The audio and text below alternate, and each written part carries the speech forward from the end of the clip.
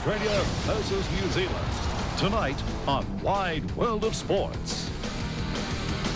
The Australians may have wrapped up the 1995 Trans-Tasman Rugby League Series, but knowing the intense rivalry between the Aussies and the Kiwis in any sporting endeavour, there's sure to be plenty of feeling again tonight as we welcome you to the Suncorp Stadium in Brisbane for the third test in this year's series. The Kangaroos have shown their superiority, winning the first two tests. First one here was a 26-8 win to the Australian side. They followed that up with a hard-fought victory at the Sydney Football Stadium, 20 points to 10.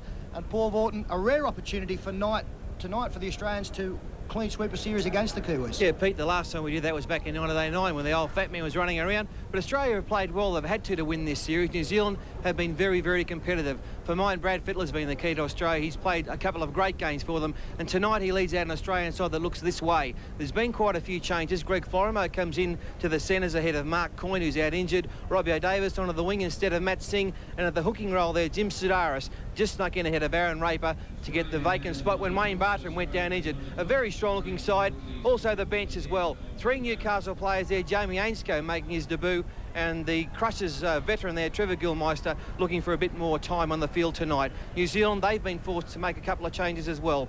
And Stephen Kearney comes back into the side. He was, of course, their best player in the first test. He missed the second test. Tony Tutupu goes back to lock forward. Henry Paul is a key for them, I think, on the wing. He needs to get heavily involved. Their bench also looks quite strong. John Timu played well when he came on the second test, and Brennan Tuta will make an impact coming off the bench. Pete, I think New Zealand will be very competitive once again, but Australia, to me, they look once again just too classy. Yeah, I see it the same way. It's very interesting listening to Frank Endicott after the second test defeat, saying the kicking game was the big difference between the two sides. I'm sure they put a lot of work into that aspect of their play. The other important thing tonight, of course, is that all the players are looking towards that World Cup in England in October. The one thing they would like to do is leave a good impression in the minds of their national selectors.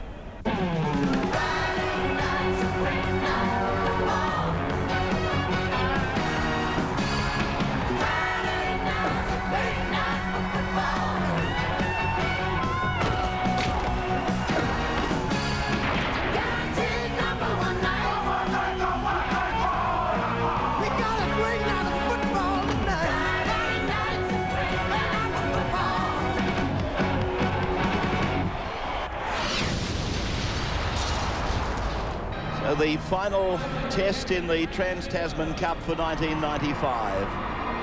About to unfold in front of a crowd, probably around 20,000 at Suncorp Stadium here in Brisbane. Reasonably chilly night, quite a strong breeze blowing, and that has been very much the case right up and down the east coast of Australia through the day.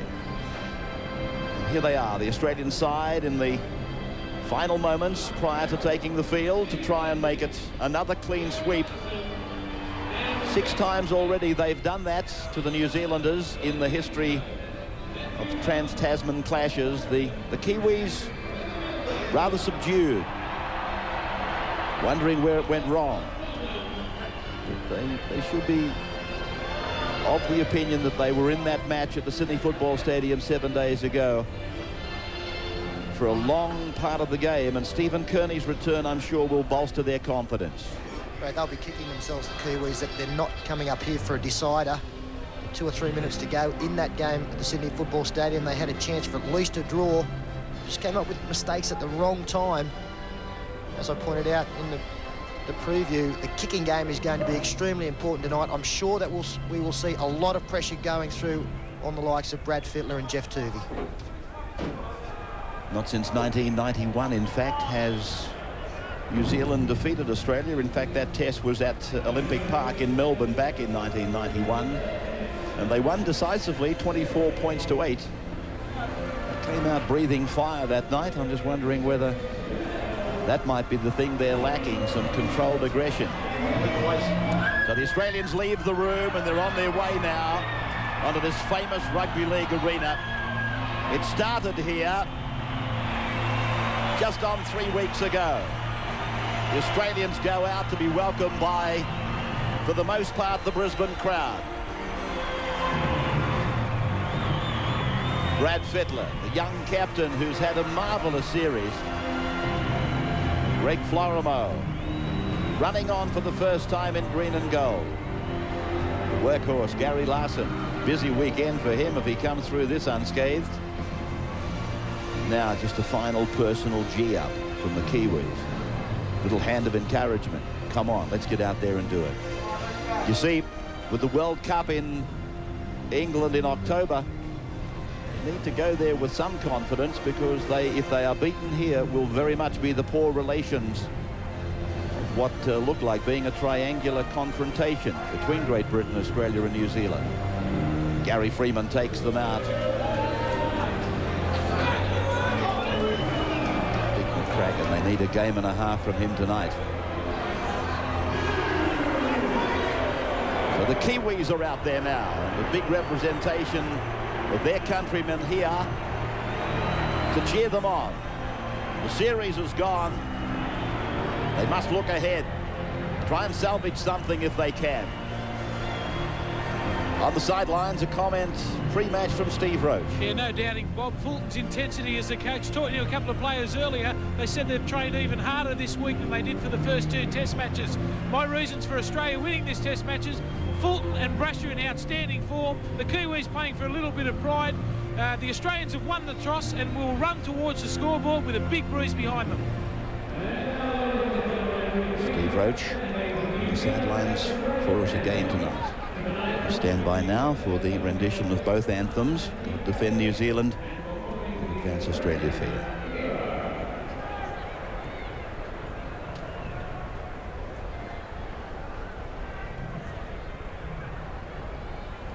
Just looking at that breeze, it's going to be quite strong in the first half in favour of the Kangaroos, as we now call them, on home soil.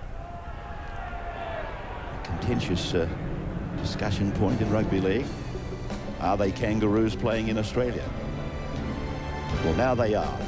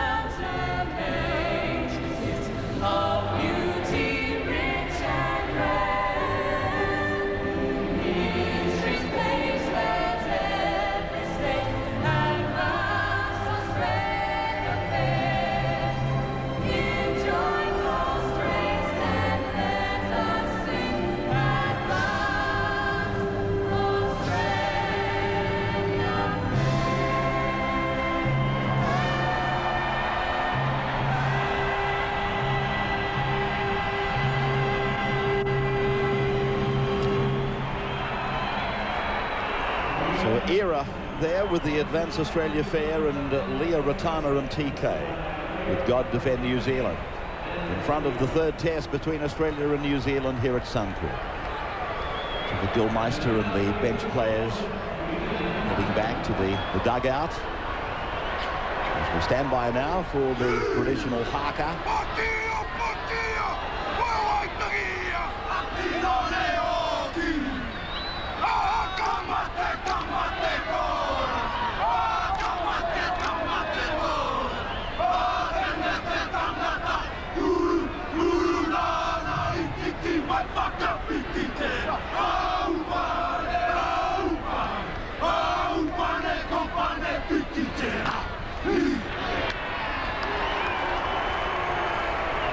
Jason Lowry out the front of the haka, the leader. And now the Kiwi bench retires. Then Stewart and company. Timu, Stewart, Halligan and Tuta on their bench. And Phil Houston gets his second test match. Certainly put under some heavy criticism from that man, the Australian coach, at the end of last Friday. So New Zealand running into the breeze. And a strong breeze it is. And so the third test is underway. Last match of the series, and Australia to get first use of the football, and who but Mark Carroll to take it back. Gary Larson is the second. And the second tackle, and again, the Kiwi reception committee intense and strong, but it's that area that they have to sustain. If the matches wear on, it's noticeable that their intensity drops off. That might be brought about by their stamina. Jason Smith, one of the standouts for Australia. They're on their first set of 6 and they're on the 40-metre line, and an early kick. Strittler puts it down. And Sean Hoppy, this classical winger, comes away. Nothing flash, nothing fancy. Their first touch of the football. Well, no doubt there are going to be chances for Australia to run the football late in the tackle count. Kicked on the fourth there, Brad Fittler, and there was already 2 wingers back from New Zealand, a half-back and a full-back out of the line. So Heru it was who gave it left for Lowry. In his 7th test match, Jason Lowry. Now he's Eastern Suburbs teammate, Tony Ira, who was a big success in his first test back for 4 years. Namu puts it on the boot and it lands over the head of Tim Brasher. He'll be hoping for it to go out. He's got to get it back, and he does it easily. They didn't put a big chase on it. And here's Robbie O'Davis. First run-on jumper for Australia. Good little dart there from O'Davis, coming in from the wing, looking to get involved early. That's good stuff from him. Now Larson charges forward. Gary Larson.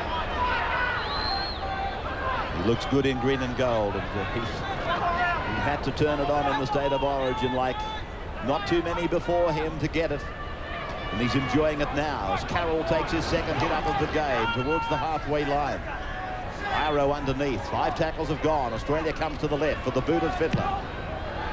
His kick this time is a better one. It's a torpedo. It'll roll on. And it's going to make them bring it back outside the in goal. They do that easily. Wishart on Hoppy. Florimo comes in with an assist.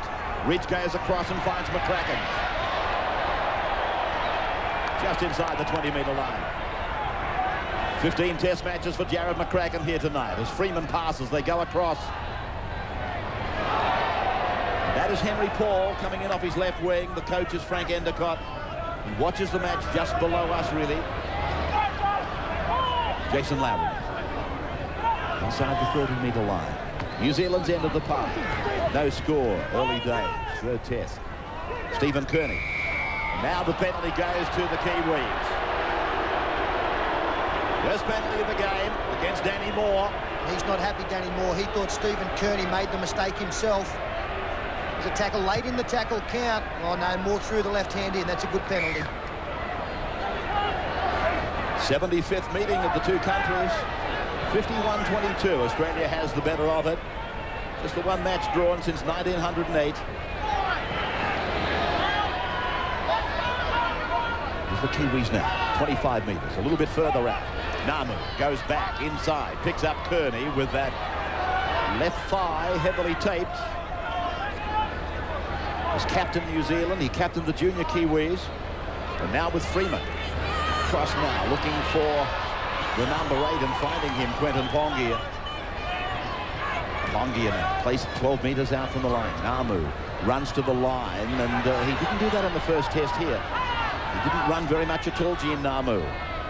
Now they come out from dummy half, and Ridge grubbers it into the in goal. Was he taken out late? Houston says no. Take it back to the 20-metre line. Brasher comes out quickly. He's trying to catch them napping. Sedaris is ready for him. Brasher comes away to the 30-metre line. And 1, 2, 3, 4 Kiwis were behind Brasher.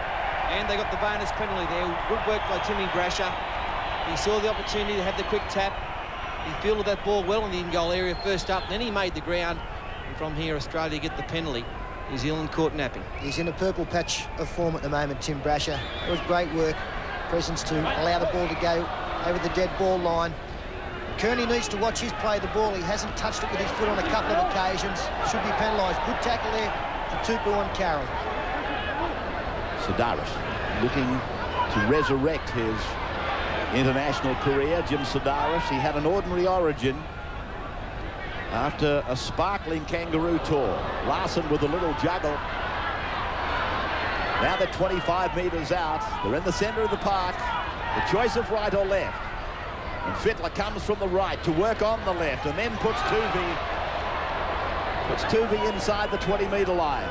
The Manly halfback plays it. Brasher passes. Fittler gives it. Larson joins in. And Larson, Iro relatively high. Underneath was Kearney. The last tackle is with it. The kick for Fittler is there. He puts it on the left foot, rolls it in. Brasher's going to get it. Brasher's got it's offside. Penalty to New Zealand. Well, this will be one we'll have to have a look at very closely. With Fittler a deft little kick there into the end goal. Offside? Well, Brasher's out wide. There's no way he was offside. No way in the world. Well, that is a monumental blunder by the referee. He has ruled Tim Brasher in front of the kicker. We'll see it again in just a moment as Ruben Ricky takes it to the halfway line. Here's the kick, and Brasher's a mile behind the kicker. What? Well, referee Phil Houston has got it wrong. Bobby Fulton's head negatively acknowledges the mistake. 20 metres out from the Australian line, tackle number 5 for Gary Freeman. He's been allowed to run for a long time. His kick will come down towards McCracken. Batted down by Tutupu. Back for Freeman on the ground, and it beats Hoppy over the line. That's come off an Australian player. Gary Freeman knows that that is the case. It appears as though the referee has awarded the handover. There's the tap back from Tutupu. Now, Gary Freeman, when he kicks the football, it comes off, definitely comes off the boot of Greg Florimo and goes over the sideline.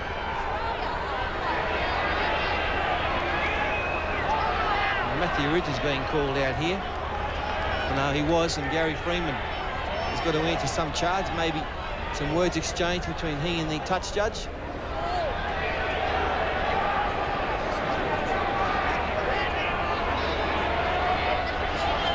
Yes, Gary Freeman has had words with the touch judge. He's given him a serve. They bagged him about his hair or something, because it's red.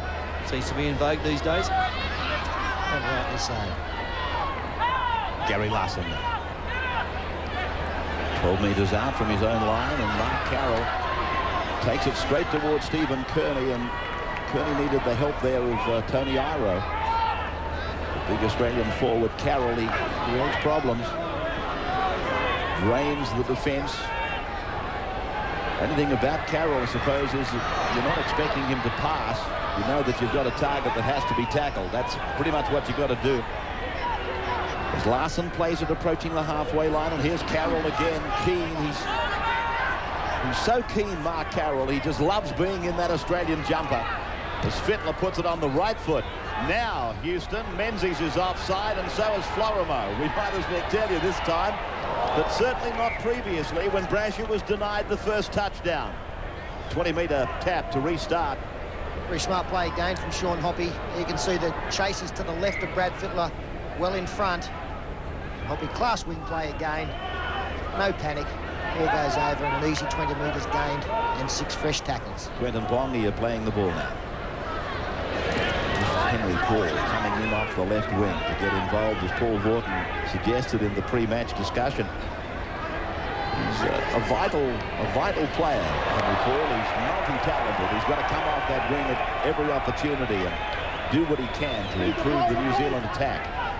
And the handoff by Kearney. The quick pass by Freeman. On for Namu. Namu sees an opening, but Tuvey is there. 5 metres on his own side of the halfway, no score. Coming up towards the 10th minute of the third test as Freeman goes across the face, and Tatupu is there to be held by Fittler, and he needs some help this time from Menzies. A quick play of the ball, and it's driven down along the ground by Eru. Brasher's been in superb form in the Australian side. There's grass now, a couple of metres inside the touchline. Members side of Suncorp. Here's Robbie O'Davis. And the quality of both teams' defence has been shown in the second test. 3 tries were scored in that game, and they all came from kicks. The best chance tonight was Tim Brasher's, which was a try, we believe, as pass to Danny Moore. Gets around Henry Paul. Straightens up Gene Namu across in cover defence. Larson is groggy. He took a very heavy hit from Quentin Pongia as Tuvey comes across, links up with his captain, on for Brasher in the back line. He drops it in behind him. Fittler picks it up. Fittler steps off his right and his left, gets a pass away. Jason Smith comes into the attack. Brasher is back in it now. Florimo gives him the decoy. Wishart goes away from the touchline and is put down 22 metres out from the New Zealand line. Across to the right. And again, Jason Smith is with it. Smith looking to unload for Florimo. 15 metres from the line. Can they score this time? Tuvey has Larson with him. Rolls it back on the angle. And it's picked up. Was it knocked on? Yes, by Tony Tatupu. Jeff Tuvey there pulling his kicking game out of the closet and a little grubber in. Tatupu should have handled that. Didn't look that difficult. A funny ball, this rugby league ball. Tatupu right on his own line. Just took his eyes off it for a fraction. And so Australia now really testing the New Zealand line. Tony, work, Tony! Work, Tony, work! Houston talking to the front rows as Tuvey surfaces the scrum, and it comes away for Fittler. And the New Zealand back line up very quickly. The back row is breaking equally as fast. They go over for Larson. Moore is on his outside. Another solid hit on Larson. He took a beauty from the same tackler earlier, Quentin Pongia. Now Carroll tries to crack the line. Zadara's in now, looking for the playmaker. He's looking for Tuvey on this occasion. Fittler's the player to watch. He's out wide and lurking. Oh! Gillespie almost got it over, but loses it. And Ridge tries to get it back and does. Mighty fine effort by Matthew Ridge. Oh, great work by Ridge there. Gillespie looked like he was going to score a try and hitting a savage tackle. And Ridge came out with the crumbs. Look at this for a good hit. Right there. He nearly regained that football. Stephen Carney, the man. Ruben Wiki now working with Henry Paul. Henry Freeman got in the road and came ricocheting out of the confrontation. This is Freeman now, tackled on his own 20-metre line. No score, 12 minutes and 30 seconds almost gone as Lowry goes across through Carney and McCracken. They find Hoppy on the extreme right of the ground, and a driving tackle by Wishart. Pat on the back from his captain. McCracken now feeds it back onto the left for Namu to rubber it, and it goes out on the full. So, no score in the third test from Suncorp, 12 minutes gone. Back with Australia. Away with simply the handover. The mistake in front of the break made on the last tackle. It doesn't necessitate a scrum, but in fact a changeover of possession. As Larson plays it on the other side of the ground, they come back for Tuvey and then for Fittler. Orthodox play. Then, Florimo! He's into a big gap. Wishart's with him. Florimo wisely doesn't go for the second movement. Well, he had Wishart unmarked outside him, Greg. He must have thought he could do it himself. Menzies will play it 2 metres from the line. Wishart across. Fittler. Jason Smith. Gillespie round the decoy. And Smith is held 10 metres away from the line. Now, Big Carroll joins in. He puts in a kick. Danny Moore coming down the ground fast. The ball comes down with the Kiwi, Henry Paul. What a tremendous take from Henry Paul there. Judged it to perfection, got down low. This is Florimo. Had the unmarked Wishart on the outside, who would have scored for certain. Well, you think the momentum has taken Florimo onto the line. That's a try. Maybe the referee was worried that if he gives it the New Zealanders would have claimed a double movement, but simple and momentum carried him over, that's for sure. That looked like a try, Pete. Making the note that they don't use the in-goal judge in Test football, but you didn't need an in-goal judge there. Your touch judge, he's looking down on it at the right angle. You're looking down at it as the man in the centre. And Greg Florimo's progress came to a halt on the line. That is a try. So 2 tries now have been disallowed wrongly against Australia. Well, I thought his effort as referee in the second test was pretty good. But tonight, crucial. Oh, Jason Smith. Sorry, Peter, but one of the Australians has taken a heavy tackle. He's okay. It is Jim Sidaris. The Kraken tries to strain away from a tackle. Yeah, you're about to make the point, and I agree with you. I thought his effort was reasonable. But tonight he's been nothing short of horrible as Tatupu sends Gene Namu away. Namu's going to get run down, but he'll get it across. Namu gets it down under the tackle of Danny Moore, and the Kiwis get the try. Well, Australia, 2 tries denied, and New Zealand get the first one allowed. Well, tremendous work here, going wide. As we freeze play there, you can see it's 3 on 2 out here. The gap made for Tatupu up the middle there. They just didn't have the numbers. Danny Moore was turned around, did a pretty good job, Danny Moore, but so too Gene Namu backing up on the inside. Moore comes up with the tackle, swings him around. There's no doubt the ball is planted there. He's a good player, this Tatupu, running into that gap there, which is provided by his inside man. Australia never had the numbers. 4-on-3 situation. Here we are with Namu, who's really improved his play in the last test and a half, and he gets the first try. Now, Gene Namu is only 21 years of age. One of the youngsters out there tonight. Playing in his 8th test match. He debuted against Papua New Guinea in 1994. Matthew Ridge. No problems for one of the great goal kickers, if not the greatest. So after 16 minutes, New Zealand with a converted try lead Australia 6-0. Welcome back to Suncorp Stadium. 9 network coverage of the 3rd test in the Trans-Tasman series, and again the Australians behind, 6-0 down. Sean Hoppe. There hasn't been many mistakes in the game, but Australia were made to pay for the one they made up the middle of the ruck. Jason Smith looking to get a ball away to Sidaris, who was hit in an extremely strong tackle. Let's play on for Pongia. So now it's Tony Iro coming in close to the play the ball, and they put some plays together with a lot of ball movement, but not going anywhere. This is McCracken eventually, who plays it back for Lowry and goes over for Freeman. They push it on for Namu, and Namu, that ball should roll end on end, and it does. So this will be a scrum to restart us about 18 metres out from the Australian line. Frank Endicott would obviously be happy. He must have had a question mark on the 2 Australian tries, saying, well, luckily we're not behind by 2 tries. And his eyes go up as if they might be talking about that. Can't believe their luck. Steve Roach on the sidelines. Yeah, I was just saying that to Andrew, they're a bit pedestrian, the Kiwis. They run a bit one out all the time. I've seen Siduru, the hooker, play a number of times, makes good yards from dummy half. We haven't seen him run in this test series yet. Steve on the sidelines with Andrew Voss, who is basically riding shotgun for the former Australian and Balmain front rower in case he gets into trouble. Andrew's there as his sidekick. Gary Larson now, 35 out from the Australian line. Gillespie. And now Sidaris, a scamper out from dummy half.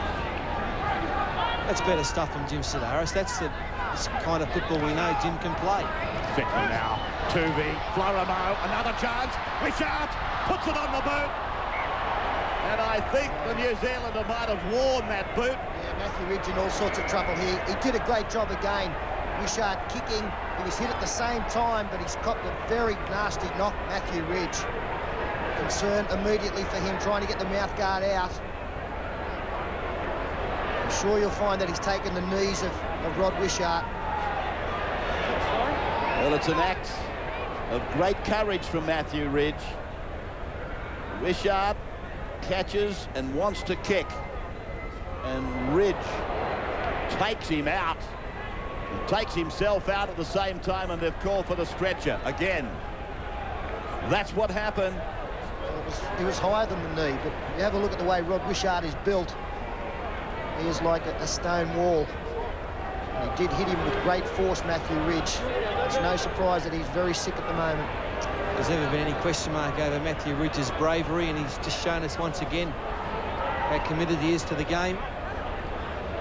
There's another chance there for Australia with some space out wide. Wishart into the open. Good ball from Florimo over the shoulder. With Ridge going off, Paul, John Timu into the action. Well, you'd think so, and Henry Paul would probably... Halligan. Halligan's coming on, maybe Henry Paul back to fullback, where I think he plays his best football. I make the point here that there couldn't be another team I can think of anywhere in the world of football that can lose, as I said earlier in the commentary, probably the greatest kicker of the game is Matthew Ridge. And he's to be replaced by a man that probably is the only bloke in rugby league that might not agree with that comment, Darryl Halligan. There's a very groggy Matthew Ridge. A sorry sight for New Zealand.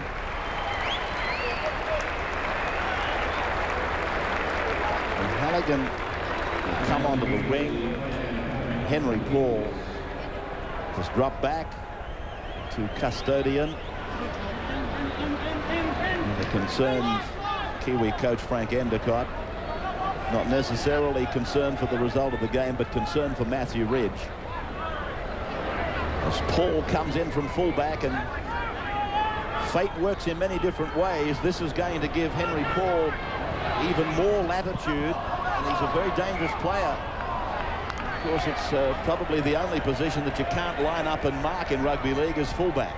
Well, he's getting some decisions wrong, this referee. I can't see a knock on here. That's gone back, not touched there, should have been play on. Brasher comes up into the back line as Australia waits, and they get possession, of course, and Danny Moore stampedes across Gene Namu. They're on the 40-metre line, the Kiwis' end of the park. 21 minutes almost gone. And Jason Smith unable to handle. Houston will put down a scrum, and there's a wrap on the back for Henry Paul from the Kiwis. Well, they're being very aggressive in their defence tonight, New Zealand. They're forcing mistakes from the Australians. They're not handling too well, Australia. Actually, that could have nearly been a penalty to New Zealand, which Sidaris offside. They go wide now. It's a very good forward battle out there, especially the front rowers. Whipping into each other. Lowry and Pongia not losing anything against Carroll and Gillespie. And as always, that's where the platform is set for test matches. Pongia on the end of Mark Carroll's tackle, and this is Ruben Wiki. A couple of metres from the halfway line. What a year it's been for Wiki. At one stage, not thinking that he'd be playing football at all. Now looking as though he might be doing the lap of honour in the Winfield Cup, and here he is playing for New Zealand as McCracken works it across the ground for Hoppy. Go in and away from the sideline. Paul extends that. Freeman pushes on. Forward pass. Kearney. Back and away from Eru. Menzies came out of the line. Namu flops the ball down. To Tupu. There's players down everywhere. Greg Florimo in a degree of difficulty out there. Got a shoulder problem. Left shoulder in trouble as Freeman kicks in behind. Robbie O'Davis goes into touch. The Australian centre having real problems with that left shoulder. Trainer coming on telling him to keep it moving. Were you surprised that Darryl Halligan was the replacement for Matthew Ridge, Peter? No, as Paul points out, that with the ability to move Henry Paul to fullback, that's not going to hurt the side at all. I just thought with the attacking ability of John Timu, that might have been a better option, but it's not as if they'd be left without a goal kicker. No, you've got Gene Namu there, who's quite a good kicker, but Well, so is Henry Paul. He was kicking along with Fernando Bonica for Wigan during last year's English Rugby League season. Robbie O'Davis. Gary Larson. Talking with Robbie and Gary, they're down to play opposite one another in club football this weekend. Mark Carroll breaks over the 20-metre line, and they keep up the rap. And that's the unmistakable gait of David Gillespie, and then Menzies, a pass around the corner that went astray, but Wishart has made it look even better than it was, and he's tackled 42 metres out. He's running strongly, Wishart, tonight. They go across now for Tuvey to push it on, and Fittler is with it. He looks back on the left, and Tuvey is there. But Fittler takes the tackle as they attempt to set something up, building a foundation to work off. To the right for Smith, and he kicks back and across. Bouncing up into the arms now of Hoppy. And Gillespie was down there. I doubt that he was 10 metres out of it. Certainly he wasn't. And this is Henry Paul.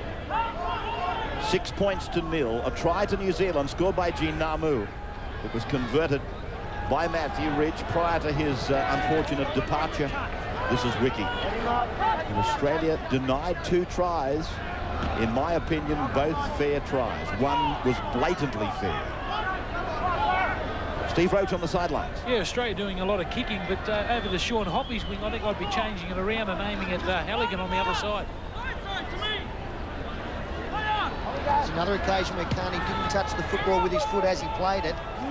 Thrasher cleans this one up, and a good line here, black and white. Coming down, making the tackle, 30 out. A few Australians pretty slow back into position. Just under 16 minutes left in this first half. Wishart played it 40 metres out. Carroll runs it towards the halfway line and makes that.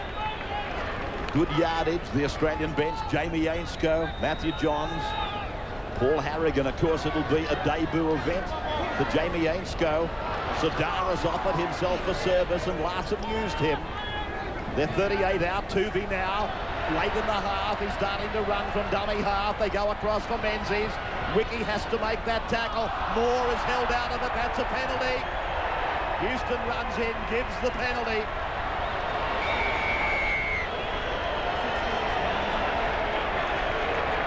Yeah, promising movement here by the Australians, with Tuvey looking for some space out wide. He got hit late, and you can see Danny Moore being held out over there by Halligan.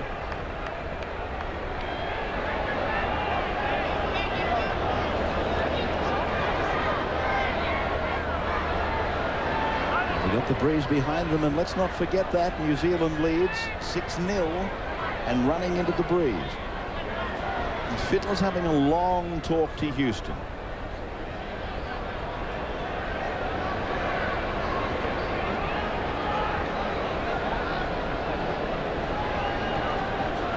Australians are actually appealing for a blood bin. The players to come up. Wouldn't be surprised if it was Mark Carroll again. Tends to cop a fair bit of punishment in games, and very rare that he doesn't have the claret flowing at some stage. You can see a bit above the right eye, and that's generally enough to constitute a blood bin. Just getting back to those couple of errors that we have placed on the doorstep of Phil Houston. I just noticed that he is wide for sound, and the touch judge on the left could have been more help to him. Here's Wishart, it's wide. And he doesn't get a dead, but he had his foot on the line. Well, Daryl Halligan, he should know that that's the last place you would stand. You would stand on it and work in. Very poor play. At this level, unforgivable. So, they give the football back to the Australians at the 27th minute. And Wishart put down by Henry Paul. Sadaras. Well, that's another penalty. The markers aren't standing direct. Now will they kick again? It would almost be hypocritical not to. Exactly. They've taken the much tougher kick. And finally, Fittler does point to the posts. This is on the better side for the right foot kicker, Rod Wishart. And you'll see Henry Paul all over Wishart. Not in front, not square. Penalty coming Australia's way, 22 out, about 15 in from touch. The chief has been told to get himself out there, Paul Harrigan.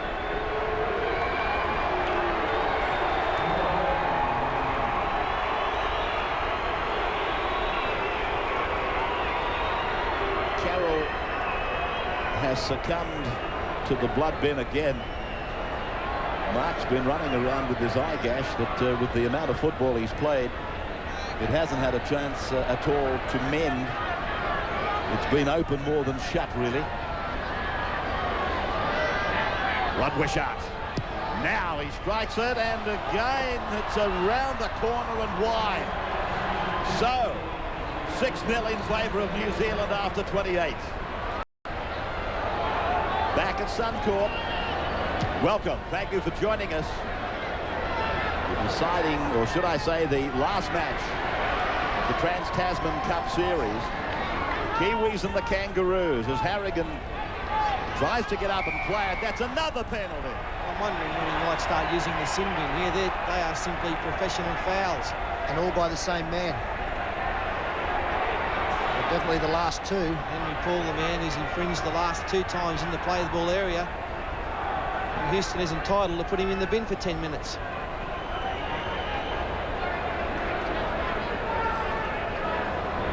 And now Australia opting out of the goal-kicking attempts, and they're going to go for the try. Sidaris takes the tap, and Florimo went one way, Wishart came the other. Simple play that's taken them towards the centre of the ground where Tuvey is operating with Gillespie, and now Tuvey gets it back, and the little man tries to burrow his way through. He's 8 metres out from the line. Sidaris is in a dummy half. They run decoys. Fittler puts it back, and they slam it down for a try. The Australian number 12, I believe. Now he's ruled it was forward or lost. Jason Smith is ruling that he lost the ball, I think, over the line. So another decision goes against the Australians. A nice little play around the dummy half area. Smith, does he force that football? When is he going to give us one? It could be 34-60. Phil Houston. We did have Tim Brasher first scorer too. Oh, strong hit there. This has been an unbelievable first half. Looking at the decisions, there's a mistake by the Kiwis, so maybe some justice will be served here. Under 10 minutes left in this first half. Australia go wide. Menzies looking. Menzies tries to fend off in one action, gets it away in the other, and the right winger Robbie O'Davis to play it. So we come back again, another shot at the New Zealand line.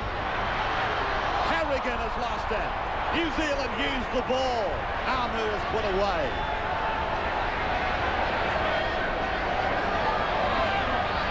Hopping, running onto the shoulder of Fittler. 6-0 in favour of New Zealand. An incredible game. Free. Straight down to Brasher. It didn't have any depth in it. This will put Australia back in good attacking position. The Kraken's after Brasher. He's got him by the throat. Down he goes. The Balmain fullback. Florimo used to advantage by Bob Fulton on the Kangaroo tour, mainly in the forwards. In fact, I think he came on in his test debut at lock. Sidaris lets Larson run the decoy for Gillespie, and Gillespie's been involved a lot. Made 13 tackles and 5 hit-ups, and here's another penalty to Australia.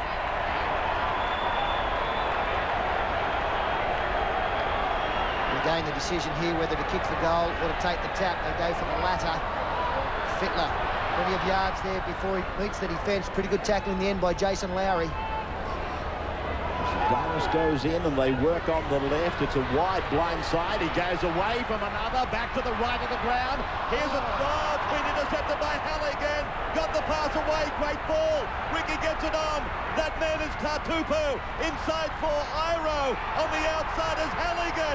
Menzies is after him. A second rower runs the winger down. 15 out from the line.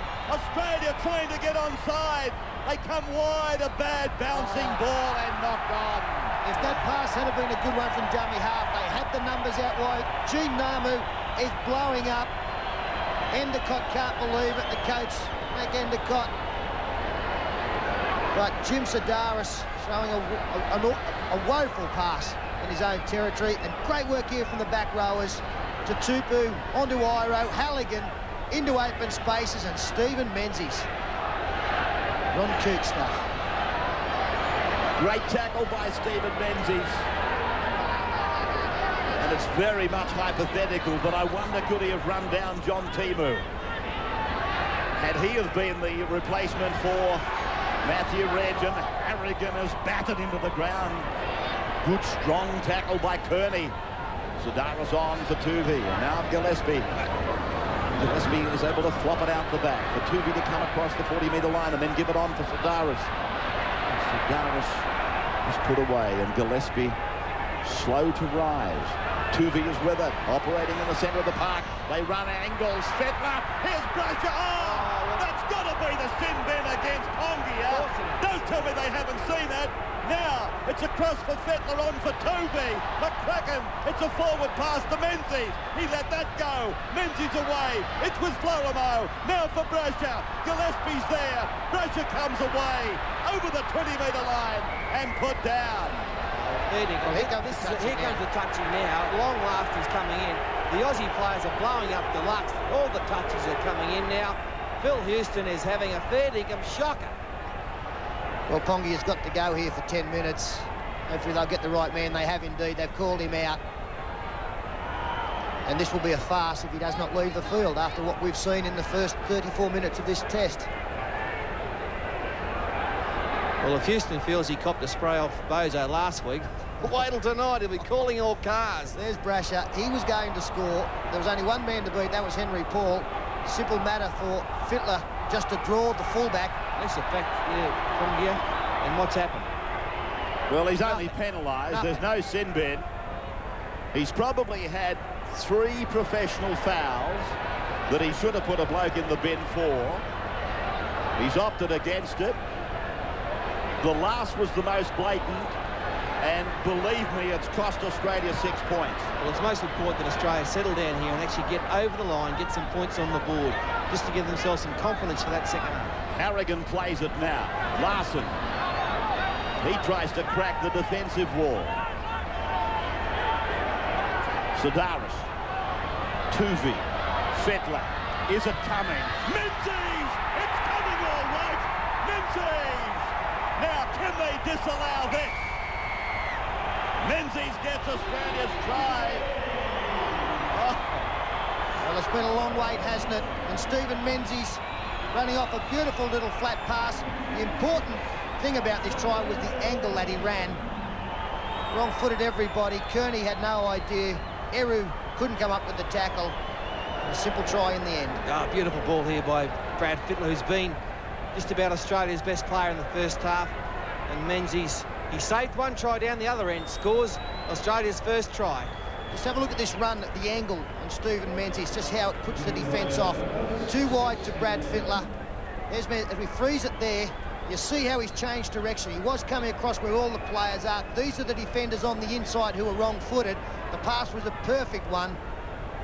The evasiveness of Stephen Menzies, coupled with the direction that he was coming back at, made it a soft one. Rod Wishart gets it right. He's been kicking great in the Test series. But he'll be happy to strike that one sweetly. It was a simple kick. Here's the try again. And Brad Fittler, he held it back. He committed the defence, and that allowed Menzies to slide through that corridor. He's a beautifully balanced runner, is Steve Menzies. One of the form forwards of the comp. I think he scored 11 or 12 tries for the Seagulls this year.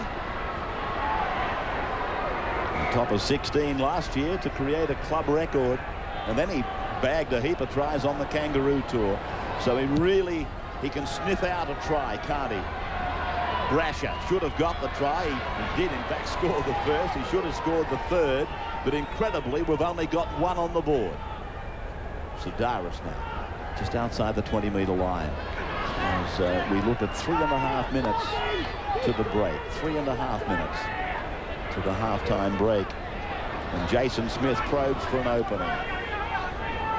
Arms free, always looking to unload. He's a great man to support Sidaris. A jolting tackle by Jason Lowry and by Quentin Pongia.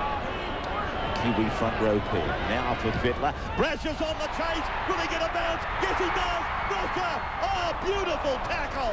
That's a great tackle by Paul. No marker. Brasher kicks across the ground. McCracken, he did beautifully. And then he's put away 3 metres out from the line. Well, it's very rare, but Tim Brasher, I think, made a mistake with his options there on 2 occasions. Firstly, when he got the bounce, he ran away from where the support players were. They were all to his left.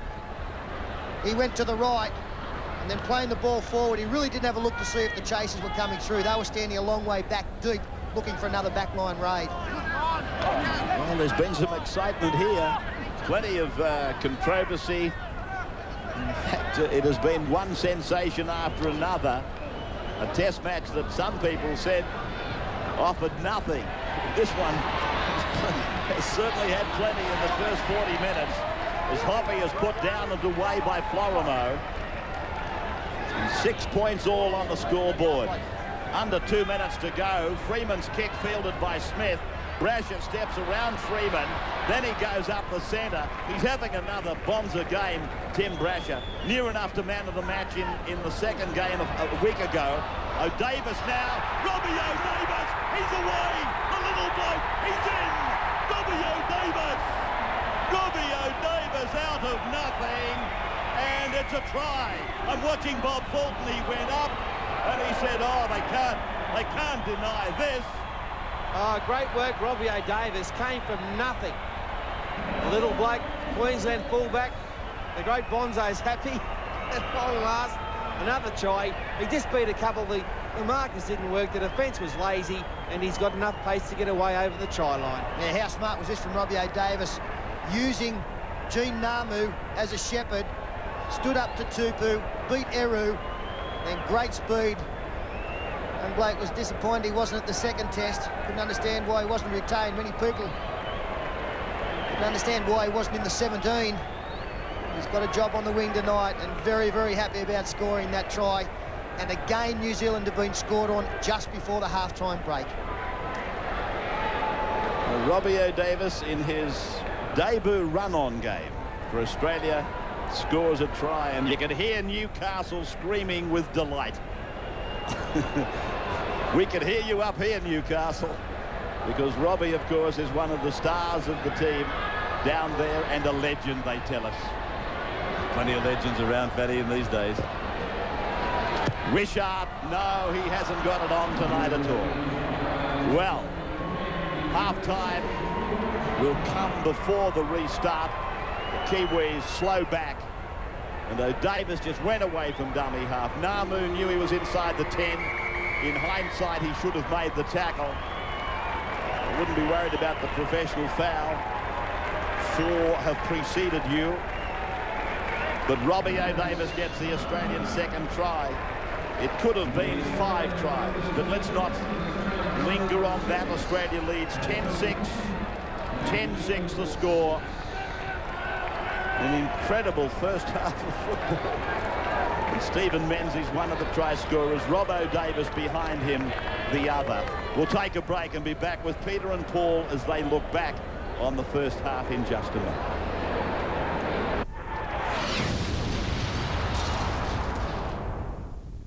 A first half at Suncorp Stadium that has had absolutely everything, mainly controversy, but at the break, Australia do lead New Zealand 10 points to 6, and statistically not a great deal between the sides, although a fair bit of time in possession against the Kiwis. The big one that they will be ruining is the missed tackles down the bottom. 16 up against 9. Most of those missed tackles for the Black and Whites late in the first half, and a couple of them did lead to tries.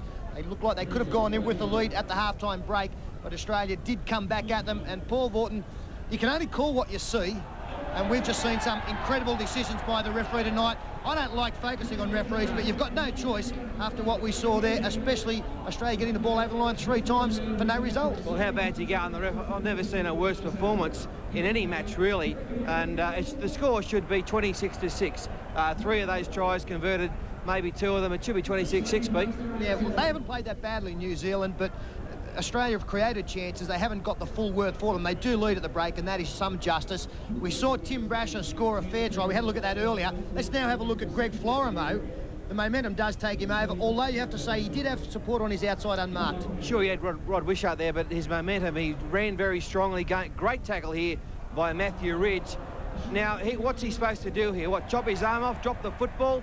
He doesn't force it. I mean, he doesn't bounce it, nothing. It's just simply a try. The referee in the background, I don't know what he's doing there, but he should have just gone bang, try time. Yeah, no promotion of the football. No, that was the important thing there. Not a lot of mistakes early in this game, but New Zealand did make Australia pay the first time they came up with a drop ball. Good movement to the left, and Tutupu, who's been fairly quiet tonight, did show his class in this one movement. Yes, a couple of times they have gone wide, New Zealand. They've threatened the Australian line.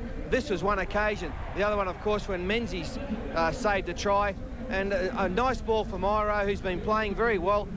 That's a good ball to Tupu into the gap. They always had the numbers there. And Namu, after he passes the ball, had the sense to back up on the inside. And Danny Moore chased in vain. A nice try there to try and save the try, but Namu got the first try for the Kiwis. Yeah, the tide did start to turn after that. A lot of pressure by the Australians down in the 20-metre area of New Zealand. And a very nice little planned move should have resulted in a try. We'll just have a look at the end part. Jason Smith, the referee ruling that he knocked on. Yeah, great play around the ruck here by the Australians. A great little move. And Smith now searching for the line. And if that's not forced down, then, I mean, hit the post and everything, then dead set. I'm Tom Cruise's twin brother, and I'm definitely not that. So that was a try as well. You're definitely not that. One back rower denied there, but Stephen Menzies made no mistake. Brad Fittler again. Give him some time, give him some space. He's going to put things on a platter for you. Well, Steve Menzies plays his best football running off a good 5/8, which he does, of course, with the Mighty Eagles there at Manly through Cliff Lyons. He's found another one in the 5/8 there in Brad Fittler, and Menzies, beautifully balanced runner, straight over for the try, which really I thought it broke New Zealand's back, and they sort of lost confidence there. Australia gained in confidence and came out with another try late in the first half. Yeah, Robbie O'Davis getting this one, and if you wanted somebody to score tonight, I think it was Robbie O'Davis. Unluckily left out of the 17 for the second test. Didn't have any time on the football field really in the first one, so he'd done nothing wrong. But tremendous work here, did it all by himself. Yeah, I'm glad he scored, Robbie. I wish he had scored first at the 30-1. Not to worry, he's come up with this great try here. It's come out of nothing. Some lazy defence there. He's brushed Namu aside and ran through a pack of forwards there. McCracken gave up in an inch, and he had too much space for everyone else. Henry Paul tried in vain as well. So Australia, they lead 10-6 at half-time. It could be a lot more, but I think in the second half, Australia will really run away with it. Okay, well, obviously New Zealand are close enough, only trailing by 4, but they've got their tails up the Australian side, leading 10-6 at the break. The Commonwealth Bank Cup continues, of course, this weekend, and one of the semi-finals for you from the Suncorp Stadium, a Queensland semi-final with Clontarf Beach High up against St Mary's Toowoomba. Two very good football teams here, and from this game we've chosen this as a Coca-Cola Junior Player of the Week. St Mary's working the ball back up towards halfway, and numbers here on the left with Thompson. And away they go again. St Mary's making big ground. They'll get a try out of this through Darren Slater. Casey Harvey with the inside ball. They've made 60 metres with a try, and it goes to Darren Slater. Well, that is tremendous play from the young winger Slater. He saw that the space was on the inside. Big front rower just taking a couple with him there. That's Patterson, offloads again to the second rower Thompson, who makes the big break. Have a look at him there, Slater. Beautiful play from him on the inside. Scoots away, too much pace. Yeah, plenty of class players in this game, one not to be missed. And once again, we do thank Coca-Cola for their continued support of the Commonwealth Bank Cup competition. On Sunday, the footy show, 12 noon, plenty of people coming in. Jason Taylor, Jamie Ainscough making his debut tonight. Jonathan Davis from the North Queensland Cowboys, and Norm Praven and Arthur Summers will be coming in, talking about that nostalgic return of St George and Western Suburbs to the Sydney Cricket Ground this Sunday. So a lot of football happening this weekend, but a heap of sport as well. And as always, you'll see that on the Wide World of Sport. Welcome back to Suncorp Stadium. Half-time in the third test. Australia 10, New Zealand 6. 2 tries to 1, and the full moon in evidence as the Australians prepare to come back. And undoubtedly, Bob Fulton would be trying to tell them to forget their misfortunes of the first half. New Zealand very fortunate, really, to be only 10-6 down. So we stand by now and wait for the two sides to come back out in front of a crowd that is a little bit hard to judge these days at Suncorp. But if there were 25,000 here for the first test, I suspect we're pretty close to that again. Australians leaving the room. Carroll patched up again.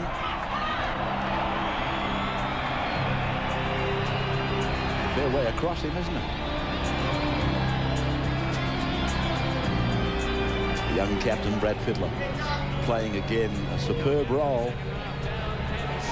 Been some great performances, and I believe Jamie Ainscough is out there.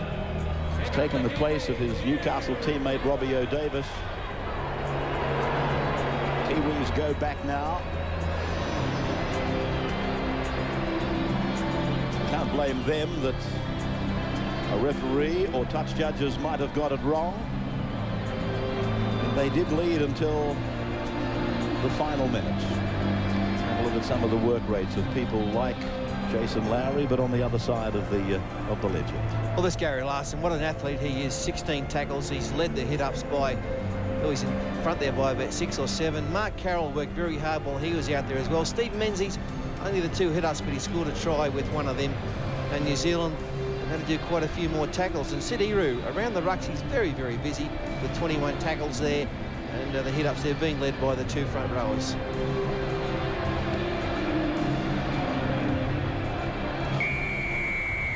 Phil Houston calls time on. The Australians, bear in mind, running into the breeze in the second half as Pongia comes back. A very strong breeze. And to lead only 10-6, that would be a concern, but they really were a dominating side in that first half, though the scoreboard doesn't reflect it. Jason Lowry, 40 metres out from his own line, as the Kiwis on this first set of 6 reach the halfway line, and Stephen Menzies is slow to rise. He's limping back into the line as Ainscough goes back. He's about to say for his first touch of the football, but not required.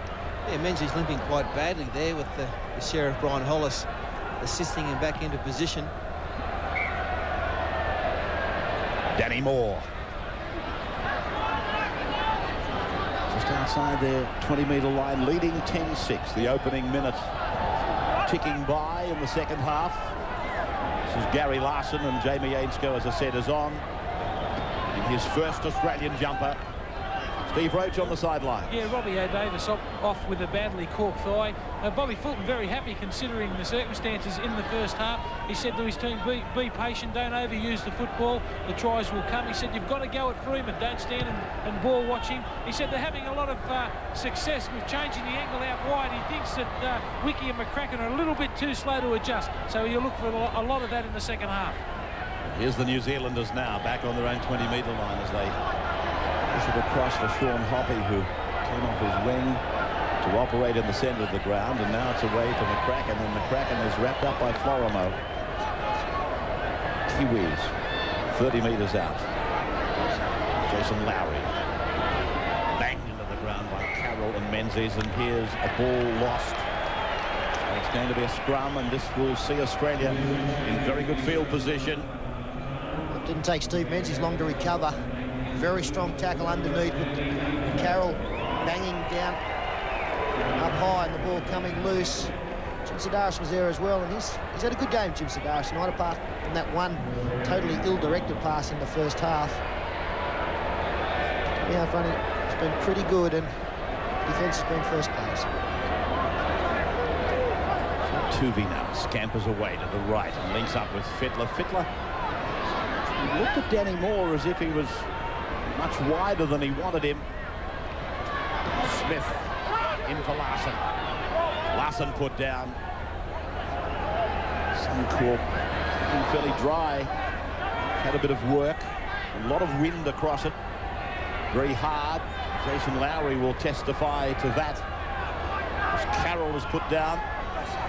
Jason just banged into the ground earlier to give Australia this set of 6. And now Tuvi. big men put him away. Kearney in 12. Menzies away for Fittler to the air. The breeze blowing it back. Now battered down. It came off one of the Kiwis and then onto another. Must have been onside. The referee's allowed it to go on. This is Paul trying to swivel away. He beats Sidaris. Doesn't beat Carroll. Pongia. It's a good tackle by Gillespie. One-on-one, head-on. Kearney once more. Just outside his 40-metre line. Forward for New Zealand, Tony Tutupu, again having a strong game. As Paul gets it out, and Iro is with him. Gives it away. Lowry, pursued by Fittler, gets it on from McCracken.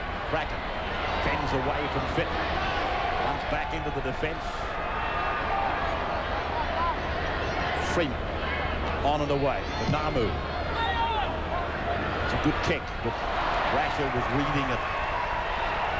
Nice take by Brasher. He comes back. Kraken goes in to pick him off around the legs. Out on the Australian 30-metre line. That obviously is the big advantage for New Zealand in this second half, as Ainscough has taken in another strong tackle from McCracken. Such a strong breeze at their back should enable them to play pretty good field position. Their kicking game is well directed, and Namu, quite a good kicking game. Kicking down into this corner as often as possible. Gary Larson, his North Sydney teammate, making a bullocking run just before that. Greg Florimo.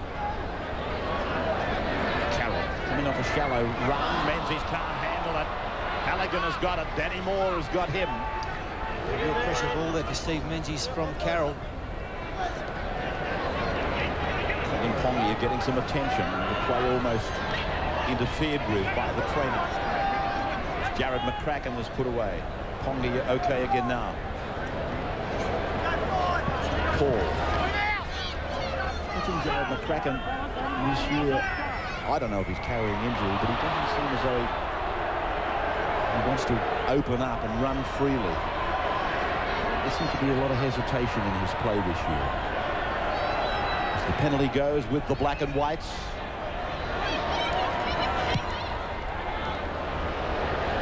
Now they'll take the tap 30 metres away from the Australian line. Jason Lowry to take it ahead for one. And now the captain, Freeman, sends another forward ahead. It's Quinton Pongia. Freeman playing his 44th Test match. This is the one we're told will be the end of his representative career. McCracken straight up the centre. Oh, yes, and well read by Gary Larson. Good tackle. So they come on now to the left of the ground for Kearney. A handoff. Paul was under pressure. And Ainscough comes up with the ball for Australia, but a touch judge is in. I'm just wondering what he's found here, because he's pulled up play. This looks like it might go against Australia. Larson was being called out, so maybe there was an infringement in the play the ball. They came up with, as you pointed out, a great tackle. It's a set move by New Zealand, bringing McCracken up the middle of the ruck, and he was flying. Gary Larson assessed the situation, and it is a play the ball infringement. I don't know what that signal means. Something to do around that ruck area, and it is a gift 2 points for Daryl Halligan.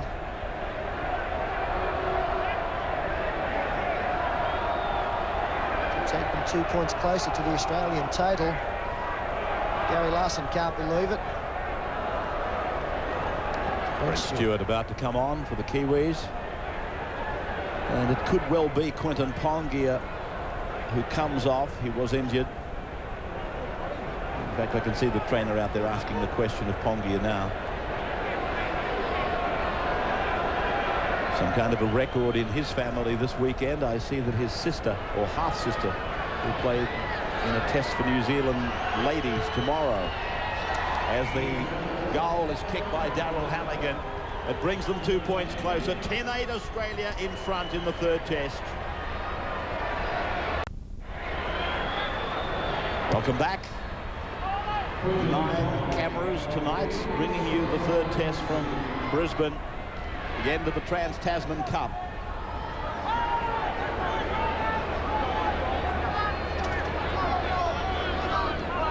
Poppy, away by Sidaris and Menzies.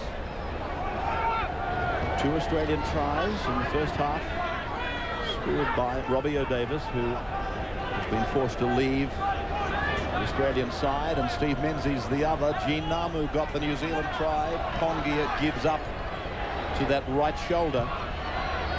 Freeman, taking advantage of the breeze, sends Brasher back on a long run to the line.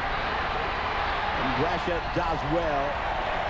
But that doesn't come as a surprise to anybody, I suppose, because he has had a great series, Tim Brasher. Well, I think if there was an award for the representative player of the year, he'd be first, second or third, because in the Origins he was just in great form, and in the Test matches he's been in the top 3 players in each of the games. Jim Sidaris. He didn't pick up many metres there, Jim Sidaris, but you can see how strong the Australian defence is when you look at Sid Eru's effort in that area. He is a very, very good ball runner out of dummy half because of his great speed.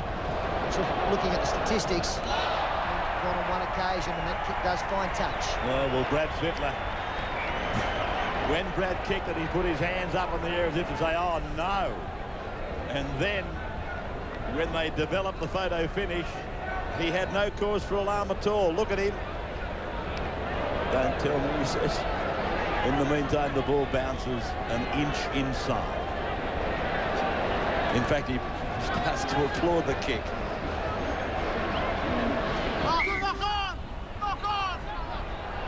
Freeman working the scrum. Just on his own. Well, he's going to call out Carroll, is he? Well, Carroll saw a knock on there. I might have even gone through to the people at home yelling out knock on by Freeman, and the referee's pulled him up for it. Namu round the back. They find Paul in the centres and McCracken. A little on off in the way of clean breaks. Stewart is out there and he's looking to take this ahead. Brent Stewart reminding me of Sunday. What will be a walk down memory lane for many. As Freeman is banged into the ground. Cement Gillespie. Fittler. He's the first to congratulate him. He's calling out Gillespie. It looked like just a nice solid tackle here from Gillespie. He can't believe it's Cement. The old stage who's been playing this type of football now for 8, 9, 10 years. Here it is, Freeman gets the football and Gillespie comes in, and that's a brilliant tackle. Maybe a touch high.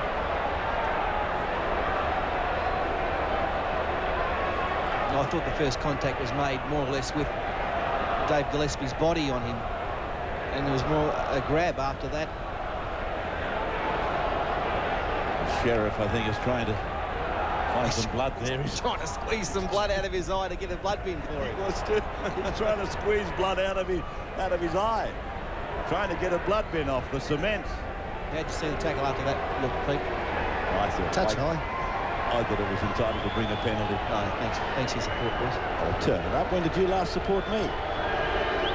Here's Halligan from 35 out in the centre.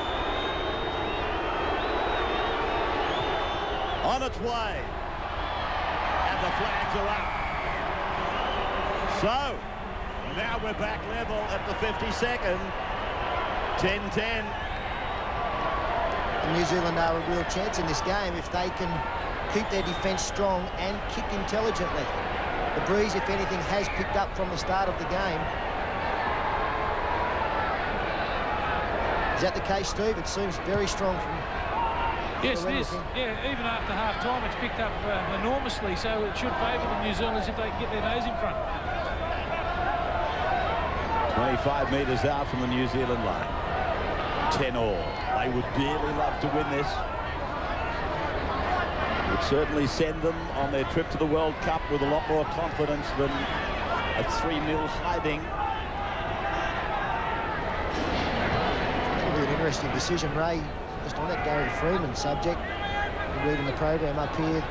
reports are that this will be his last test. You would think with the World Cup being such a prestigious event that he would hang around that long. It's Jamie Ainscough now.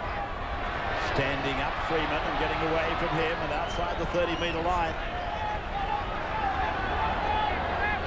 Yeah, I broached that subject just a touch earlier because I'm quite amazed that Gary wouldn't take it through to the end of October. Got to be looking at 6 matches at the most, and I wouldn't be surprised if that's in fact what he does. Gillespie. Now Fittler. Tackle on the 40-metre line. Sidaris goes for a scamper. 5th tackle. He puts it on the boot. It sits up for Henry Paul. 1-on-1. Larson comes up to help the hooker.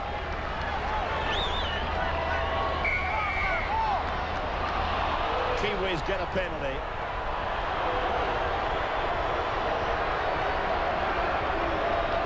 That's 4 penalties to 0 in the second half for the Kiwis. They're now 6 all the penalties. Not sure what he got anyone for there. He got Sidaris. Well, I don't think he really pushed him. Just started to mention as Brent Stewart takes it ahead once more. Western Suburbs and St George go back to the cricket ground on Sunday for commemoration game, really, of the 1963 Grand Final. They played some great matches during the late 50s, early 60s. West were always the bridesmaid. 4 Grand Finals, I think, they played in that era that St George held the crown, and they couldn't do the lap of honour as Namu goes across and links up with Wiki. 35 metres away from the Australian line, 10 points all. Freeman gives it, and Eru out wide is put away. He's done a lot of defensive work, Eru, 27. He easily leads the tackle count for the New Zealanders. The Freeman bomb, and Brasher equal to the task, consummate in his performance. Wishart away from the left wing. And Fittler found himself a dummy half, Jason Smith. And there's a high shot. And so a penalty goes to the Australians now. Well, at least he's consistent, Paul Houston, in his rulings. Got Brent Stewart for that one. Jason Smith getting up slowly. Stewart coming in over the top. Wasn't that much in there. Extra run from Jason Smith. Yeah, I'd like to see him take more control of the rucks. He's an excellent ball player, as we know. I'd like to see him use a few of those skills out just wide of the ruck. Bloke who has settled into Test football very comfortably is Danny Moore. This season he's having undefeated Manly club side, 3-0 State of Origin. Here's Simon Gillespie up the middle, tackled on the 30-metre line. He had Menzies galloping 3 on his outside. Fittler takes advantage of a quick play the ball. Tuvey probing for an opening that closed. Danny Moore talking of him, a dummy half, and then using Carroll on the flat. 15 out now. The big Manly player plays it back, and it's with Fittler. It's a cross kick bomb. Menzies is underneath it. Menzies! He slams it down. That is slam dunk. Beautiful stuff. Fittler. That was just a beautiful kick. Well, that's how they finished the second test, and it is a planned move. No doubt about that. See, Menzies on the right-hand side. He's onside. Never taking his eye off the ball. Tony Iro couldn't get in the position to catch it. Tremendous left foot kick there. That takes a large degree of skill to be able to kick with that precision with your left foot. And let's just have a look. With freeze play there, you can see that Stephen Menzies going through there. Kick coming back over here. Fittler's already had a look to see where Steve Menzies is. Pinpoint accuracy, almost hitting the post. The 2-11s come together. The green and gold prevail. He's had a big game, Steve Menzies. And the referee was on spot there to see that he did stay on side as Mark Carroll leaves the field. He's had a great game. And what about Dave Gillespie? He more or less set that try up with a barnstorming burst up the middle there, running freely like a 3-quarter. The Gaznier of the forwards, Dave Gillespie. There he is. Well, thanks for sharing that with us, Ahmed. I'd love just to wipe that out of the line. Here's Wishart now from right in front. Gets his second goal of the night. And Australia extends now 16-10. Beautiful stuff, this. One of the gems of rugby league. The pinpoint accuracy of the kick. And then this young champion of the future, Stephen Menzies, another try. Scored as many tries here tonight as Fatty did in an entire Test career. Yeah, 2 more. Tuvey now. What's double nothing? Gee, sets him up, Paul. Oh, did he what? Harrigan. That's what he told me. Larson. Walking playing. Kim has to listen to it every night. That's the way she listens to it. Menzies. It's a really well-balanced pack, isn't it? With Larson there, just to do all the hard work along with Carroll. You've got Smith now running a little bit wider, and Menzies, an excellent forward pack. You mentioned Jason Smith, and you thought you'd like to see him take over a bit more of the work on the other side of the ruck. And 6 more here as Fittler comes down with it. Just pick that up again in a moment, but Sidaris on the blind side. I find myself half hoping for Jim Sidaris to have a good game here tonight. And no other reason than we knew he's much better than what we saw from him in the Origin. Digging half a hole. Got me barracking for him. You're half open. Played by Harrigan. Tuvey! 3 metres from the line. Last tackle, Larson a dummy half. Fittler rolls it in, he's looking for... Who was that? Jack Harrigan, and he might be down injured. Here's Jason Smith in 13. Going through there. Got the big chief. No, it's Jason Smith. Or, yeah, it might be Jason Smith. Yeah, it is. Oh, good. Thanks very much. Yeah, he just got a bit of a knock there from Henry Paul, who did a pretty good job to get his boot to that one. Alarm bells were ringing once again for New Zealand. This kicking game from Fittler is causing them all sorts of headaches. It's good with headaches. That's what Well, Jason Smith has. And the chance gone up round the ground for Gilly.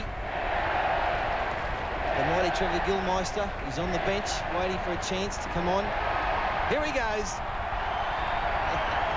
Larson to the 30-metre line as Gilmeister prepares to come into the game midway through the second half.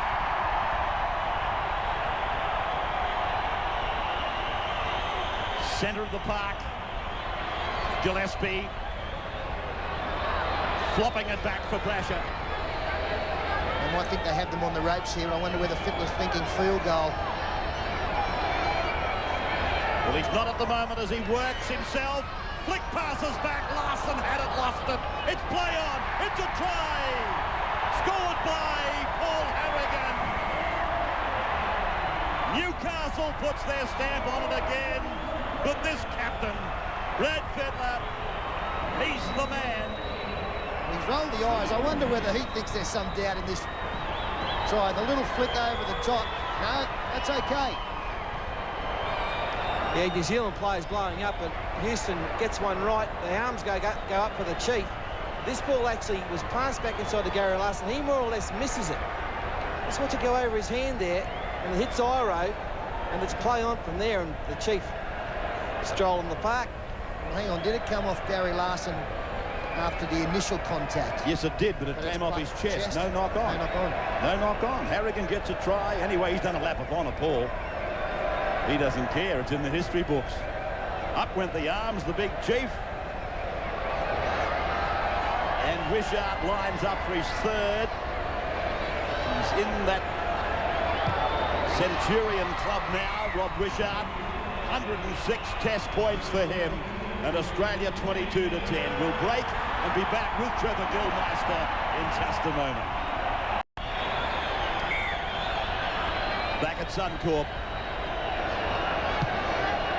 17 minutes on the clock. And Trevor Gilmeister is on. And Jason Smith is off. Harrigan fending away from 2. He's put down 15 out from his own line now. Larson taken number 11, Tony Iro. Now Gilmeister gets his first touch of the 3rd test. No prize for guessing who the most popular player out there at the moment is. And here he is again. Gilly to the halfway. Harrigan supports him.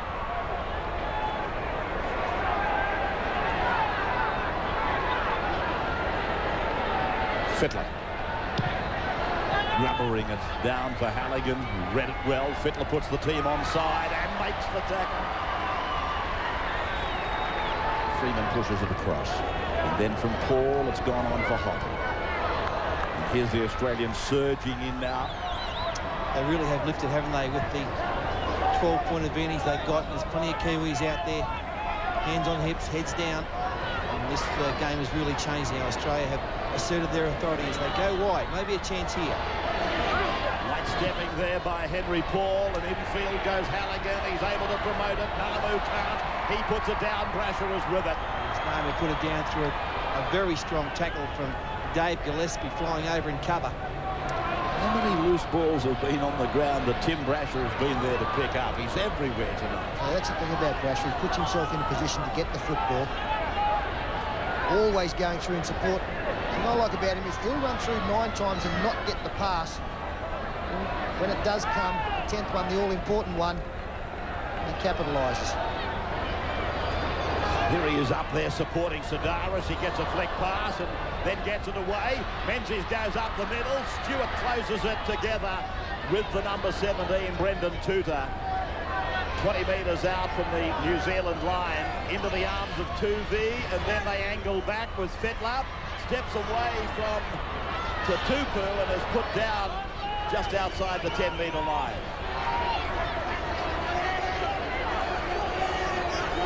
Cross for Brasher. Brasher goes for the drop goal, and that is wide, dead. And they come back to the 20-metre line for the restart. The tactic was a very good one. 12 in front. Put them 13. The opposition having to score 3 times in the last 14 minutes, almost an impossibility. It's Henry Paul almost draws a penalty. Gary Larson holding on to the jersey, but he picks up a good 10 metres. This play should take the Kiwis into the Australian half. Not only did it do that, but Jim Sidaris went in to make the tackle. And Brent Stewart got bumped off. For the moment he might have been injured, but there's a knock on by the Kiwis. A very cranky and frustrated Gene Namu.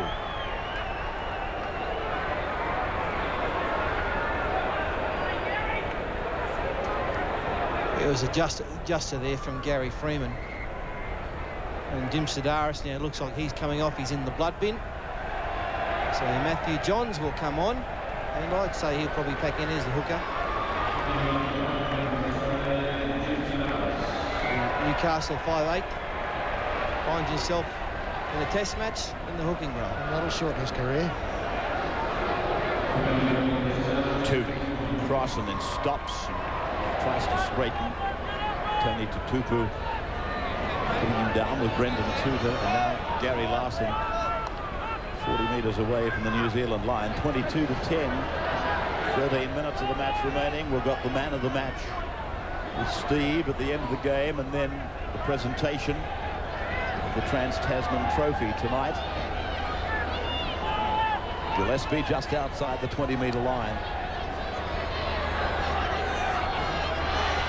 This is Gilmeister. You need to identify Trevor. When you hear the crowd roar, you know he's got the football or made a tackle. Fittler again puts the kick in. It's on again. Ainscow nails it. Jamie Ainscow keeps up the Novocastrian influence on this test. They've all scored a try bar Matthew John. 26-10. Fittler. Well, he's entitled to smile. Should just keep throwing him the football down this end of the field and get him to kick. This time it's a right footer. Hard to to weigh up where Jamie Ainscough was in relation to the kicker. We'll have another look at that. Peter, it reminds me of an incident in France many years ago. G. Langlands and Dennis Ward, I think it was. Didn't he do well there just to snap that up and put it straight down? Good stuff by Jamie Ainscough. Imagine that first test. He's been on, what, about 15 minutes, gets his first try. Let's have a look, see where the line is. Yeah, he's on. Yeah, he's fine. That's beautiful stuff. And I remember that occasion, I think it was at a place called the Park of the Princes in Paris, when Graham Langlands put a kick up. 72 was it, Rebs, World Cup? The bomb had not been heard of, really. And Langlands kicked, and or was it Ward who kicked, and Langlands plucked it out of the air, and the referee said nobody could run that fast, and denied the try. Wishart converts from the sideline, 28-10, Australia over New Zealand. That's the kick from Rod Wishart, coming around with draw. 108 test points is it now for Rod? The lone stealer out there tonight. Tuvey.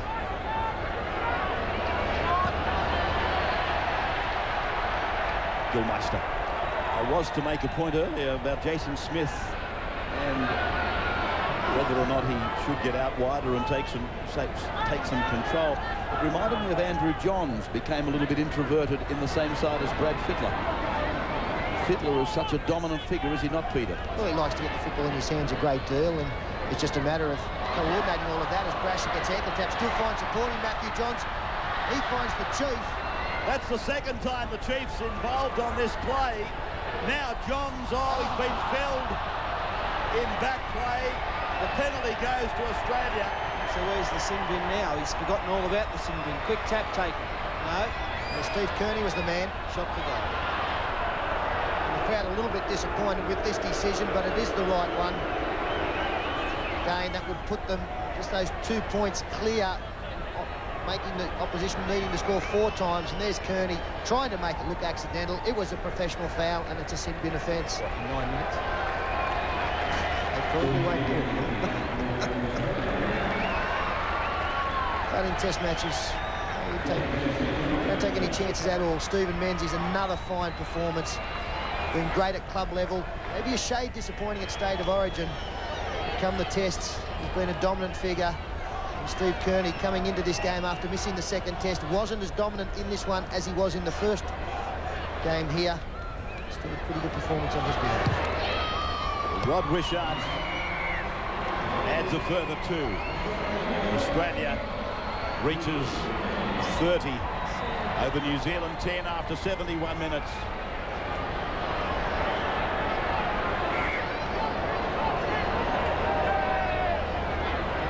Interesting that, of course, the Australian coach Bob Fulton, also the Manly coach, the blokes who have come off for an early rest. Mark Carroll, Steve Menzies.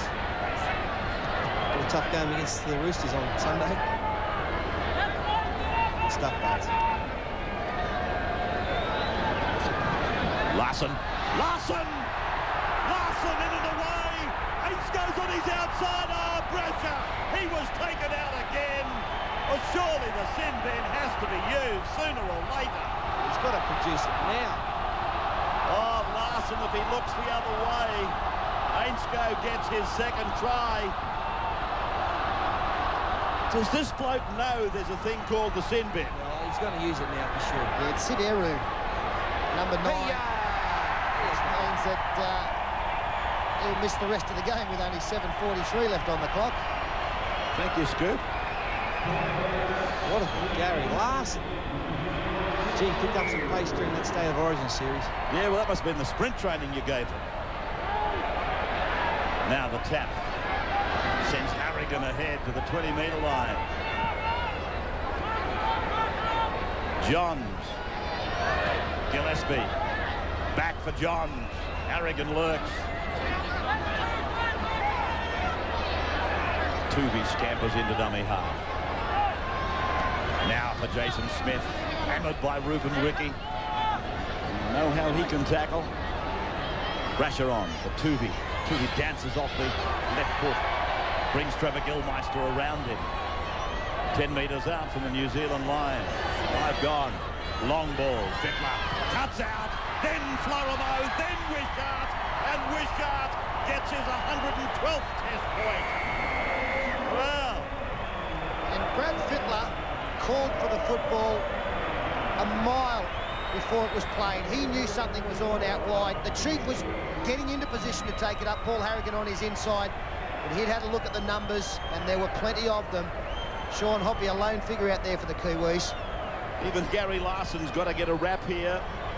Late in the game, he must be so tired, but he even had time to run a decoy and drag one of the defencemen off them. Yeah, just have a look out wide here and how many players Australia do have.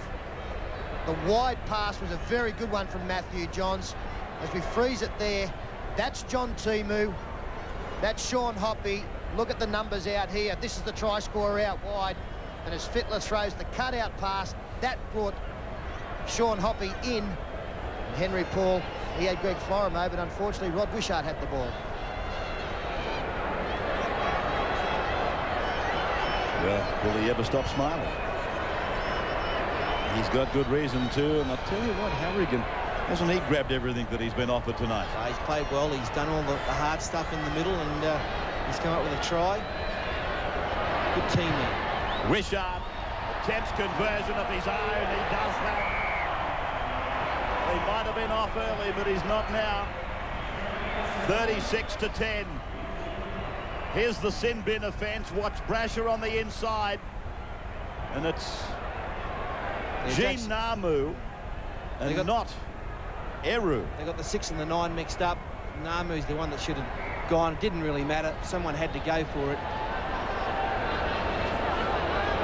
So Gene Namu is still there, even though he was the offender. It doesn't really make any difference, but it was refreshing to see the sin bin used eventually. And a penalty to Australia.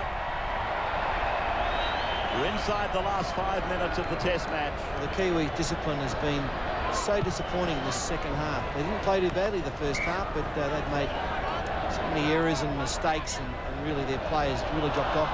Talking mistakes, there's a beauty. And, that ball went forward off the chest of Harrigan, but again, it's not a knock-on. And Houston indicated off the chest. He got it right. Brasher able to get rid of the defence, and then Fittler for Ainscough.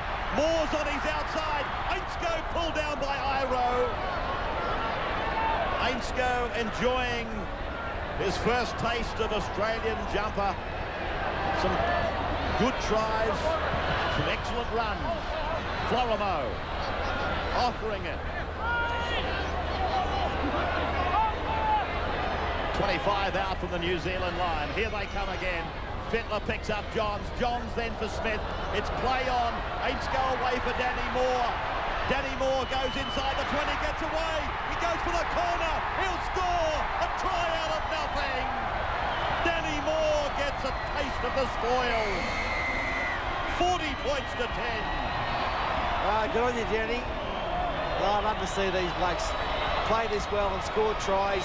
A young, new-look Australian side, and they've carved up this New Zealand side tonight. Could have been anything if those 3 tries had been allowed in the first half. Would have been 60-odd. Here's more. It's a good 30-metre run. New Zealand falling off tackles. Very ordinary defence. He stood up Henry Paul, got around the outside of him. And the good thing about it, whenever an Australian scores, there's plenty of green and gold there to support them, to cheer them on, and share in these celebrations. Been a great year, Danny Moore. There's a lot of excitement and exuberance in this side. I mean, it's probably very sad what has happened and what is happening.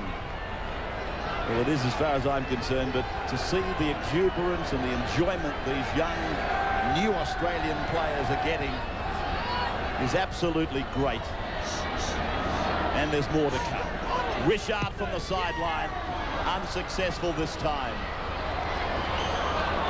40-10. I was just looking at the bench players as Menzies came off. They couldn't get off their backsides quick enough to congratulate him, to let him know that he had played a fine match. Everything's gone right for the Australians in their second half. Just makes you wonder, Ray, where New Zealand go from here. It's a World Cup looming in 10 or 12 weeks. What can they possibly do?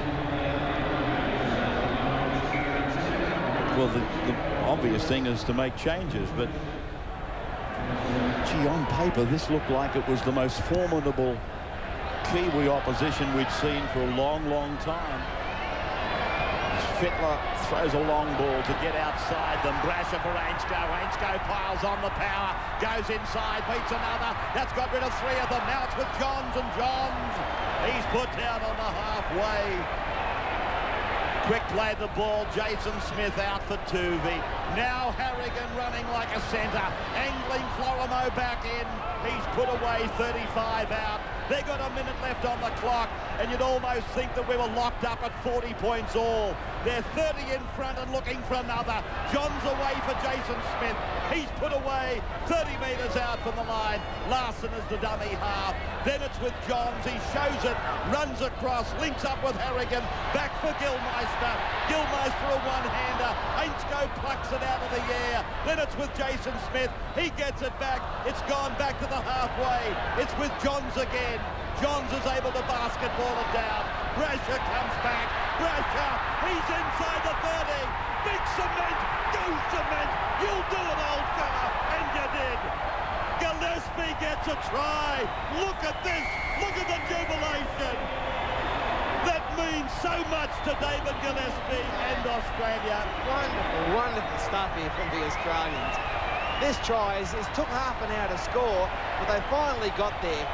New Zealand, I must say, they haven't given up, but they're just not equal to this great Australian performance tonight. Gilmeister, they've all played their part. There's 300 passes here. New Zealand keep coming up. They're being forced backwards, Australia. But Brasher comes up, and he makes the break. Look at the old bloke, Cement. He can sniff something. He can smell it. What's this, he says? Fresh air, and away he goes under the sticks.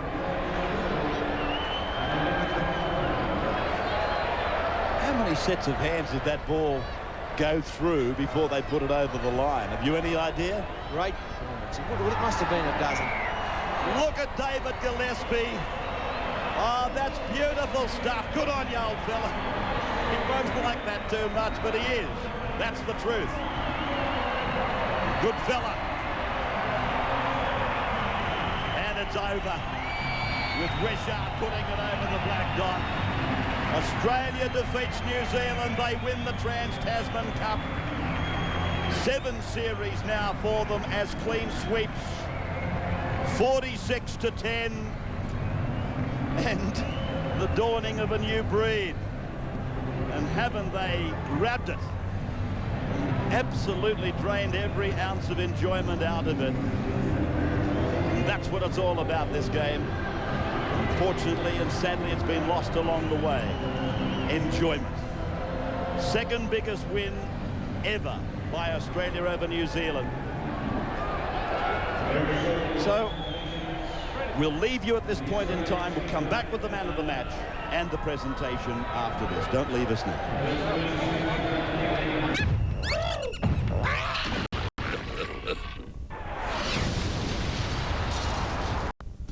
The Newcastle Rugby League action continues this weekend. The excitement builds towards the semis of the Tooheys Cup. Saturday afternoon, Cessnock go head-to-head with North Nelson Bay at the Cessnock Sports Ground. Waratah take on Toronto at Waratah Oval. On Sunday afternoon, Lakes and Maitland clash at Carl Oval. At Townsend Oval, South Newcastle meet Central. And in the match of the round, traditional rivals Wests and Curry do battle at Harker Oval. Rugby League 95, supported by NBN. Tooheys Cup excitement. Get a piece of the action this weekend. Welcome back to Suncorp Stadium. We've enjoyed watching Australia defeat New Zealand here. 46-10. The players still exchanging jumpers and taking in what has happened here. The Trans-Tasman Cup, a clean sweep to the Aussies. And let's go now to Blocker now. He's got the man of the match. He's with him now. Yes, $1,000 NSAT man of the match to Brad Fittler again, mate. It's becoming a habit. Yeah, You got a second one. It's just, I think our side's playing so well, you know, gives you a bit of an opportunity to do things on your own. So they come off again tonight, and we're pretty lucky, I think. Outstanding performance from the Australians in the first half. Got over the line 3 times, but you were patient and ran away with the game easily in the end. Yeah, they tried. I thought they were a much better side in the first half. They were pretty unlucky, and you know, although we missed those couple of tries, they were only sort of chances that we had. So, you know, second half they played great towards the end, and we just ran away with it. What about this Australian side? It seemed to get better as the Test series went on. Yeah, it did. You know, got some combinations going towards the end. Everything just sort of we touched the turn to go, as they say, block. What about Cement scoring? I was going, go you, good thing, Cement. What about Muddy's smile? He's watched on the telly the next 10 seconds and couldn't stop talking about it. Yeah, thanks for your time, mate. Good on you. Well done. Yeah, Steve Roach with the Australian captain and playmaker, and what a player, Brad Fittler. 6 tries in the last 22 minutes. That is some kind of a record in Test match football. Well, it's been a wonderful series for the Australians, and we'll have the presentation of the trophy in just a moment. In fact, here's Peter Sterling now. Ladies and gentlemen, tonight's third test brings to an end the 1995 Trans-Tasman Series. I'm sure you'll agree, a fitting finale to what has been a highly competitive 3 test matches between Australia and New Zealand, and a great victory tonight to wrap up the series 3-0 to the Kangaroos. Joining me in the official presentation this evening is the President of the New Zealand Rugby League, Mr. Graham Carden, and the Chief Executive of the Australian Rugby League, Mr. Ken Arthurson, who I'd like to now call to the microphone to say a few words.